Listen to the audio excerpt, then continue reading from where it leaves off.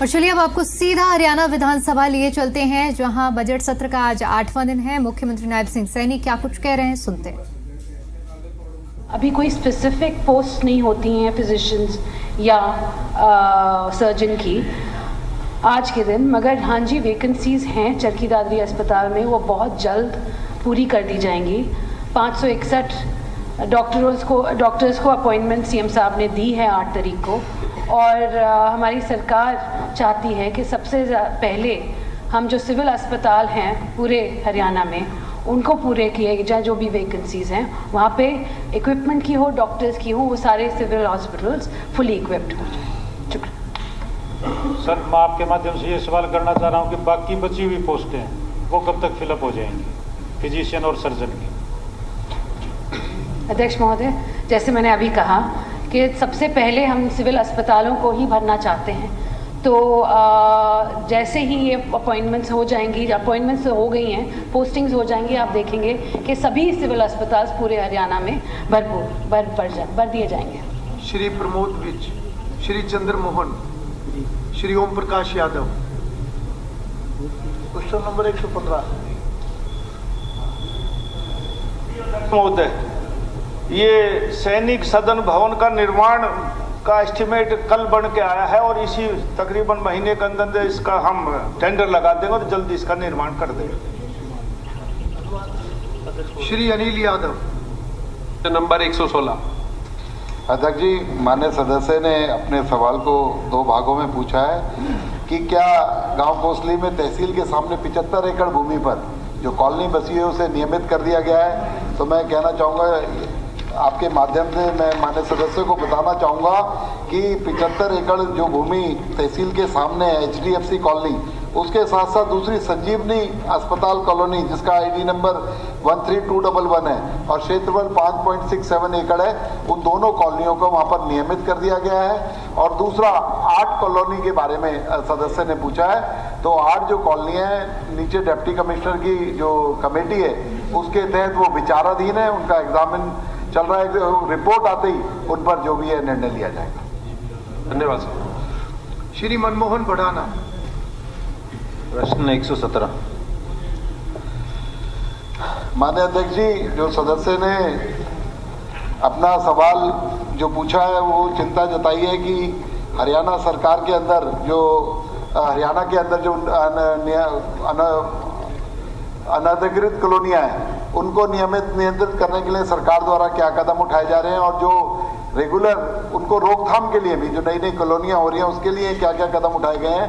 तो मैं माननीय सदस्य का पूरा डिटेल जो है पटल पर रख दिया गया, लेकिन मैं फिर भी बताना चाहूँगा यहाँ पर कि इसके अंदर तहत तो टोटल 1/1/2015 से लेकर 1/10/3/2025 तक 6904 अनधिकृत कॉलोनियों का पता लगाया गया। उसमें से 26,650 एकड़ पर बनी हुई 3937 कॉलोनियों को ध्वस्त करने का काम किया गया और जबकि 1879 उल्लंघनकर्ताओं के खिलाफ FIR दर्ज करने का काम किया गया। और उसके अलावा ये भी बताना चाहूँगा 1/1/2015 के बाद ऐसी कॉलोनियों को 25,254 एकड़ भूमि पर फैली 2145 कॉलोनियों को नियमित करने का काम भी किया। हरियाणा सरकार ने पिछले 10 साल के अंदर सैकड़ों कॉलोनियों को नियमित करने का काम किया, उसके अंदर मूलभूत सुविधाएं देने का काम किया। और उसके अलावा जो अनऑथराइज कॉलोनीज काटते हैं उनके तहत 7A के तहत हम लोगों ने कार्रवाई भी की है और जगह जगह पर बोर्ड लगाकर लोगों को अवगत कराने का काम भी किया है कि इस तरीके की कॉलोनीज में प्लॉट ना खरीदें। और सरकार ने इसके तहत जो है 2 जो अपना नई स्कीम्स लाने का काम भी किया। अफोर्डेबल स्कीम जो है और दीनदयाल योजना कि छोटे छोटे शहरों पर जो रेगुलाइज कॉलोनियाँ जो ऑथराइज कॉलोनियाँ वो डेवलप हो सके, अनऑथराइज कॉलोनीज ना हो सके। लेकिन जो सदस्य ने यहाँ जो उठाया इसकी इनकी चिंता जायज़ है, हमें और भी ज़्यादा सख्ती करने का इस पे ज़रूरत है कि हरियाणा के अंदर जो इतने सब सुविधाओं के बावजूद भी अनधिकृत कॉलोनियाँ बन रही हैं उनको रोकने के लिए मुख्यमंत्री जी से इस बारे में चर्चा भी हुई है और कड़ाई करने का काम हम लोग जल्दी करेंगे। माननीय अध्यक्ष मनमोहन जी। माननीय अध्यक्ष जी, बहुत बहुत धन्यवाद। मंत्री जी का भी इसमें कुछ मेरे सप्लीमेंट्री क्वेश्चंस और हैं जो मैं माननीय मंत्री जी से जानना चाहूँगा इस सदन के माध्यम से कि ये जो रेगुलराइज में बात कही है कि 2145 कॉलोनीज रेगुलराइज हुई हैं, तो माननीय मंत्री जी से जानना चाहता हूं कि इसका कोई आधार है, कोई क्राइटेरिया हमने वो है कि किस आधार पे कौन सी कॉलोनियाँ रेगुलराइज होती हैं। दूसरा, जो कॉलोनियाँ या मकान पहले पंचायत भूमि में थे और बाद में एमसी लिमिट्स में आ गए,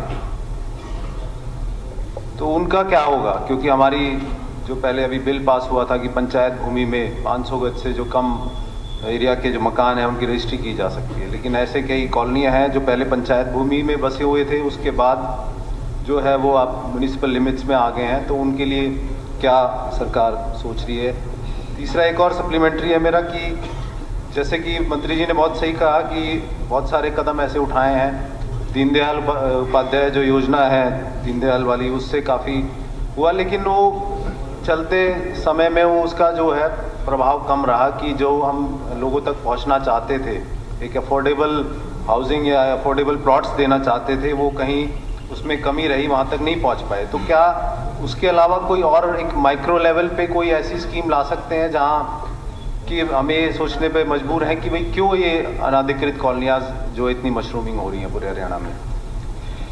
अध्यक्ष जी, जो माननीय सदस्य ने चिंता जताई है कि जो पंचायत के अंदर भूमि थी वो अगर नगरपालिका क्षेत्र के अंदर आ गई है तो ये स्कीम दोनों पर लागू है, चाहे वो नगरपालिका क्षेत्र के अंदर है चाहे नगरपालिका क्षेत्र के बाहर है। दोनों तरह की कॉलोनियों को रेगुलाइज करने का प्रोविजन है और दोनों में कॉलोनियों को रेगुलाइज किया गया। सैकड़ों की संख्या में कॉलोनियों को रेगुलाइज करके उसमें हजारों करोड़ रुपए लगा के मूलभूत सुविधाएं देने का काम हरियाणा की भारतीय जनता पार्टी सरकार कर रही है। और इसके बावजूद जो सदस्य ने चिंता जताई है कि हमें कोई और स्कीम अफोर्डेबल की लानी चाहिए, तो उसके तहत 5 एकड़ तक की स्कीम है और बहुत ही कम उसके रेट्स हैं। लेकिन जैसा कहा कि ये चिंताजनक काम है, उसके बावजूद भी, सख्ती के बावजूद भी कुछ कॉलोनीज और अनऑथराइज डेवलप हो रही हैं। उसके लिए एक पूरी डिटेल चर्चा करने की जरूरत है और उस पर एक नए कड़े कानून लेकर आएंगे और कोई लिबरलाइज करने के लिए कोई और पॉलिसी बनेगी तो उस पॉलिसी को बनाने का काम भी हम लोग करेंगे।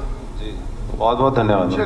श्री रणधीर पनिहार, जिनका प्रश्न नंबर 105 था, उन्होंने श्री पवन खरखोदा को ऑथराइज किया, वो उनका सवाल पूछे। आपका अगला सवाल। अध्यक्ष महोदय, क्वेश्चन नंबर 105।